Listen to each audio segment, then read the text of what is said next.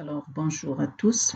Je suis professeure Benny Selima, votre enseignante pour ce cours de métabolisme des nutriments, donc qui fait partie du module de nutrition. Ce module de nutrition est composé de 3 parties. Donc, la première partie, c'est le métabolisme des nutriments qui va être donc assuré par moi-même. La deuxième partie sera consacrée à l'étude des pathologies liées à l'alimentation. Cette partie-là du cours va être assurée par professeur Sbai, et une troisième partie qui concerne le besoin nutritionnel, elle va être assurée par professeur Alaoui. Alors, on va commencer par une introduction générale. Alors, on va essayer de définir un peu le rôle de la nutrition et donc, c'est quoi la nutrition? Alors, la nutrition humaine est la science dédiée à l'étude de l'alimentation humaine. Donc, la nutrition commence par l'ingestion des aliments jusqu'à l'absorption et l'assimilation de leurs principes actifs. Donc, la nutrition est aussi l'étude des processus qui permettent aux organismes vivants de maintenir leur vie. Bien sûr, autrement dit, de se nourrir via l'utilisation des aliments pour assurer les besoins du corps en termes d'énergie et maintien de structure cellulaire. Alors, un aliment n'est pas un simple assemblage de substances biochimiques.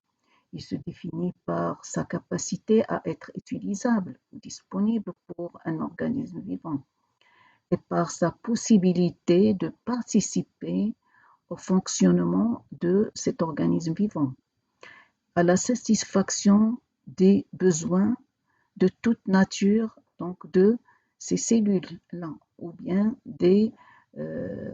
ces organismes vivants, donc à savoir besoins énergétiques, azotés, vitaminiques, minéraux, etc.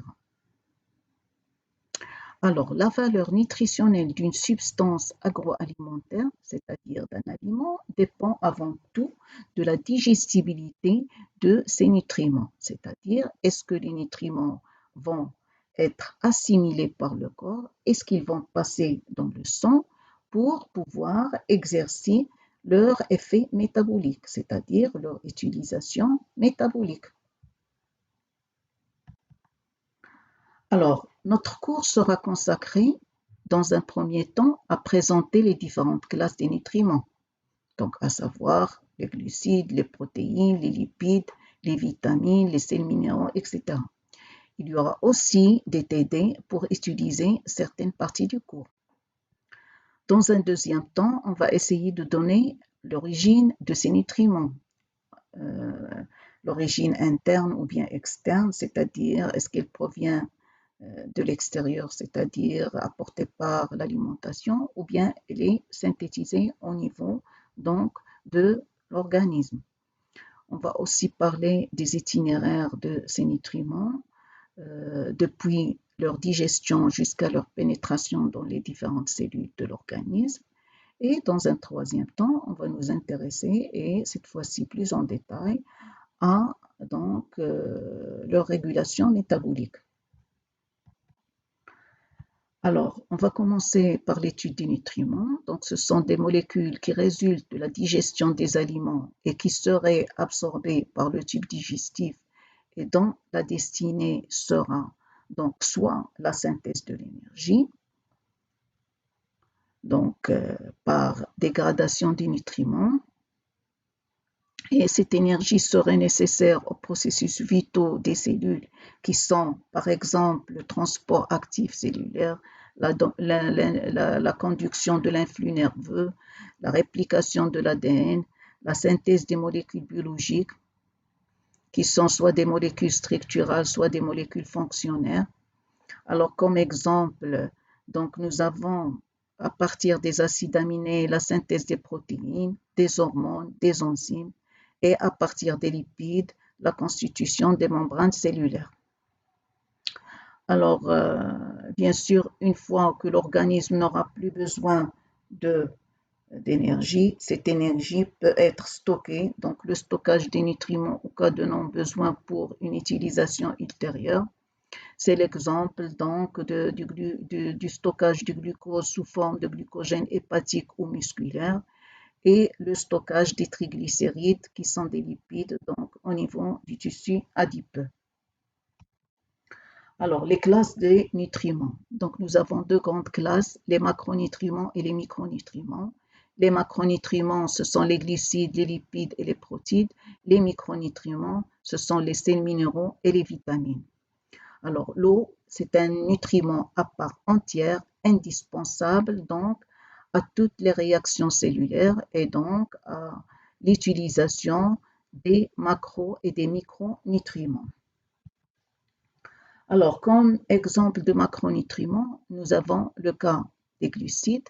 Ce sont des fournisseurs d'énergie sous forme d'ATP à tout l'organisme. Donc, les glucides ont un rôle principalement énergétique. Les glucides entrent dans la structure de base de l'ADN, de l'ARN, car c'est le cas donc des riboses et des désoxyriboses, donc un rôle structural. Les glucides peuvent aussi avoir un rôle de stockage sous forme de glycogène et de triglycérides, c'est-à-dire de macromolécules qui seront utilisées ultérieurement par le corps en cas de besoin. Alors, comme exemple de micronutriments, nous avons la vitamine B2 et la vitamine et le minéral magnésium. Alors, les micronutriments font partie du système catalyseur des réactions auxquelles sont soumis les macronutriments. C'est-à-dire que sans les micronutriments, les macronutriments ne sont pas fonctionnels.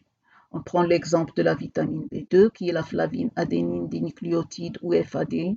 C'est un cofacteur dans le cycle de Krebs et un élément majeur de la chaîne respiratoire comme fournisseur de H+, pour la formation de l'ATP. Donc, on verra ça bien en détail en étudiant donc le métabolisme des glucides proprement dit.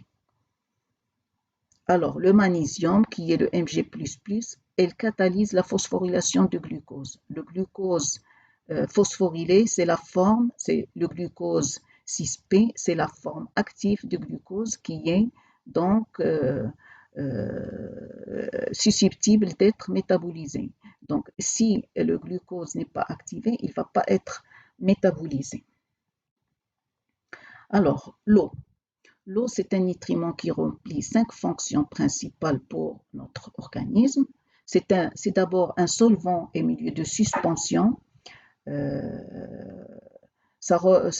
représente au niveau du milieu sanguin 50 à 60%. L'eau participe aux réactions d'hydrolyse, l'eau métabolique. C'est un agent refroidissant, c'est-à-dire qu'en période de grande chaleur ou pendant l'activité physique, il y a sensation de soif, hydratation du corps, transpiration et refroidissement du corps. Donc, c'est un agent refroidissant. Un agent lubrifiant, l'eau cellulaire. L'eau favorise le maintien d'une température corporelle constante et ceci par son effet refroidissant. Alors maintenant, nous allons voir un peu la notion d'énergie. Alors, toute cellule a des besoins en énergie. Travail mécanique, contraction musculaire, mouvement cellulaire, transport actif de molécules d'ions, synthèse de macromolécules à partir de précurseurs simples, production de chaleur, production d'électricité. Alors, d'où provient cette énergie? Alors, l'origine de l'énergie, c'est l'environnement, bien sûr, le sol, l'air, les rayons solaires. Alors, l'énergie est synthétisée par de nombreux organismes à partir d'eau et de CO2 et sous l'action de la lumière. Ces organismes sont les organes phototrophes, les bactéries et les plantes vertes. Donc, les plantes vertes, sous l'action de la radiation lumineuse, donc, il va y avoir transformation par photosynthèse de substances chimiques, CO2, NH3, H2O, et en énergie chimique sous forme donc de substances organiques telles qui sont les glucides, les lipides, les protéines. Donc, ces substances, ils vont être donc dans les plantes vertes et donc la végétation en général. Alors, euh, l'équation de la photosynthèse, c'est à partir de CO2, de H2O et de lumière, vous avez synthèse donc de substances chimiques qui est donc synthèse de glucides dans cet exemple-là, plus de l'oxygène. Alors, à l'inverse, la dégradation de la substance organique des plantes libère l'eau et le CO2 et de l'ATP au cours de la respiration cellulaire qui est une source d'énergie très importante pour les cellules vivantes. Donc, les substances organiques, glucose, lipides et protides, dans le métabolisme, il va y avoir donc transformation en organisme, en substance, en énergie, en eau et en CO2, et ceci au niveau de la respiration cellulaire. Alors, pour la notion de métabolisme des nutriments, c'est le métabolisme énergétique. Le métabolisme, c'est l'ensemble des réactions chimiques du corps qui permettent donc de fournir à toutes les cellules humaines l'énergie et la matière. L'énergie sous forme d'ATP et la matière sous forme de molécules simples qui vont donc se transformer en molécules plus complexes. Donc, bien sûr nécessaire, cette énergie et cette matière, elles seront nécessaires au maintien du fonctionnement cellulaire. On a deux phases importantes du métabolisme, le catabolisme, c'est-à-dire la dégradation de substances pour donner de l'énergie, la dégradation de substances, de macromolécules en substances plus simples, et l'anabolisme qui est donc la structuration de molécules simples en molécules plus complexes. Donc, voilà. Comme exemple d'utilisation du métabolisme énergétique, nous avons le métabolisme de base. C'est l'énergie dépensée par le corps quotidiennement lorsqu'il est totalement au repos. Donc, quand on est en repos, notre corps n'est jamais totalement au repos. La moindre activité physique cérébrale entraîne une consommation supplémentaire d'énergie. C'est ce qu'on appelle donc le métabolisme de base. C'est un exemple, c'est aussi un métabolisme énergétique et donc il fait partie du métabolisme général de notre corps. Alors, on va définir le catabolisme. C'est un processus de dégradation de composés organiques complexes qui sont les glucides, les lipides et les protides en substances simples, c'est-à-dire les lipides en triglycérides, les protides en acides aminés, le glucogène, l'amidon en glucides, en glucose, etc. Donc, les réactions cataboliques sont généralement des réactions d'hydrolyse, c'est-à-dire utilisation de l'eau pour rompre des liaisons chimiques qui permettent donc de libérer et de fournir de l'énergie. Comme exemple, la digestion chimique, donc l'eau, il va donc participer donc avec le HCl à la dégradation, la libération de petites molécules qui vont donc se transformer, qui vont être métabolisées pour donner l'énergie. Nous avons aussi la respiration cellulaire, donc molécules dégradées au cours du cycle de Krebs qui vont donc subir des réactions d'oxydoréduction pour la synthèse de l'énergie sous forme d'ATP. Et donc, c'est important de signaler que les réactions cataboliques ont lieu dans la mitochondrie, c'est-à-dire que la mitochondrie, c'est un organisme cellulaire qui est responsable, c'est comme une chaudière, comme un organisme qui fournit donc l'énergie à la cellule.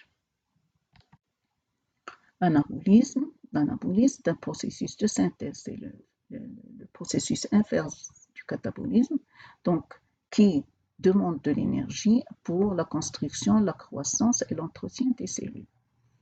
C'est donc une transformation de substances simples en molécules plus complexes, c'est-à-dire transformation des acides aminés en protéines, de certains glucides simples en glucides plus complexes, etc.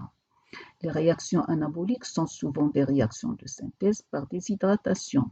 élimination de molécules d'eau pour donc former des molécules plus complexes.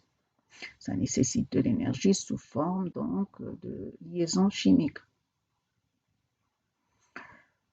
Nécessite donc de l'énergie pour former justement les liaisons chimiques. Comme exemple de ces liaisons, les liaisons peptidiques, donc les acides aminés pour la synthèse des protéines. Donc s'il n'y a pas d'énergie, il n'y aura pas de liaison peptidique.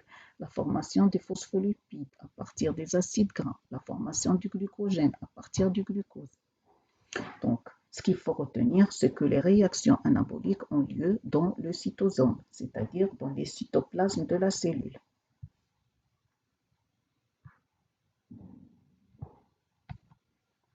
Alors, schématiquement, le métabolisme de tous les êtres vivants, donc nous avons les deux volets du métabolisme, c'est-à-dire le catabolisme en jaune et l'anabolisme donc en vert. Donc les réactions cataboliques, c'est à partir de nutriments, donc nous avons de la substance organique sous forme de glucides, lipides et protéines. Donc ces glucides, ils vont être catabolisés, dégradés pour donner des produits terminaux pauvres en énergie et donc sous forme donc, de CO2, de H2O et de NH2. Bien sûr, avec une grande libération d'énergie chimique. C'est-à-dire qu'il y aura donc transformation donc des ADP, des NAD+, des FAD en ATP, NADH, H+, et FADH2. Donc cette énergie chimique va être utilisée donc par des substances plus simples, des précurseurs de macromolécules qui sont donc les acides aminés, les sucres, les acides gras, les bases azotées, pour donner les macromolécules cellulaires qui sont donc les protéines, polysaccharides, lipides, acides nucléiques. Alors, on va voir un peu ce que c'est que l'ATP. L'ATP, c'est l'adénosine triphosphate, c'est-à-dire un acide aminé avec donc lié à un ribose et donc à des atomes de phosphate. Alors, c'est une forme d'énergie chimique libre extraite des aliments, c'est-à-dire des glucides, des lipides et des protéines. Il est utilisé pour assurer le mouvement des individus, le transport de certaines substances dans l'organisme, utilisé pour la biosynthèse, c'est-à-dire les réactions anaboliques. Alors, l'ATP a un rôle métabolique central qui a été mis en évidence par des chercheurs en 1941 qui sont Lippmann et Walser. Donc, comme vous le voyez dans le schéma, vous avez la molécule de l'ATP qui est formée par un acide aminé qui est l'adénine, par un ribose lié à un ribose, donc, et une liaison ester avec trois molécules de phosphate. Donc, ces trois molécules sont liées par des liaisons anhydres, donc ils sont très très riches en énergie. D'accord? Donc, c'est la cassure ou bien la coupure de ces liaisons qui fournit l'énergie donc pour la cellule. Il va être utilisé par les cellules. Alors, donc au niveau de notre corps, nous avons une formation et une consommation continue d'ATP. Alors, une molécule d'ATP est consommée dans la minute qui suit sa synthèse. Donc, nous avons un turnover élevé, c'est-à-dire qu'un homme au repos, il utilise 40 kg d'ATP par 24 heures. Et pendant l'exercice, donc 0,5 kg par minute, ce qui revient à 720 kg par 24 heures. Donc, une utilisation très très importante, donc qui va être très importante pour le fonctionnement cellulaire.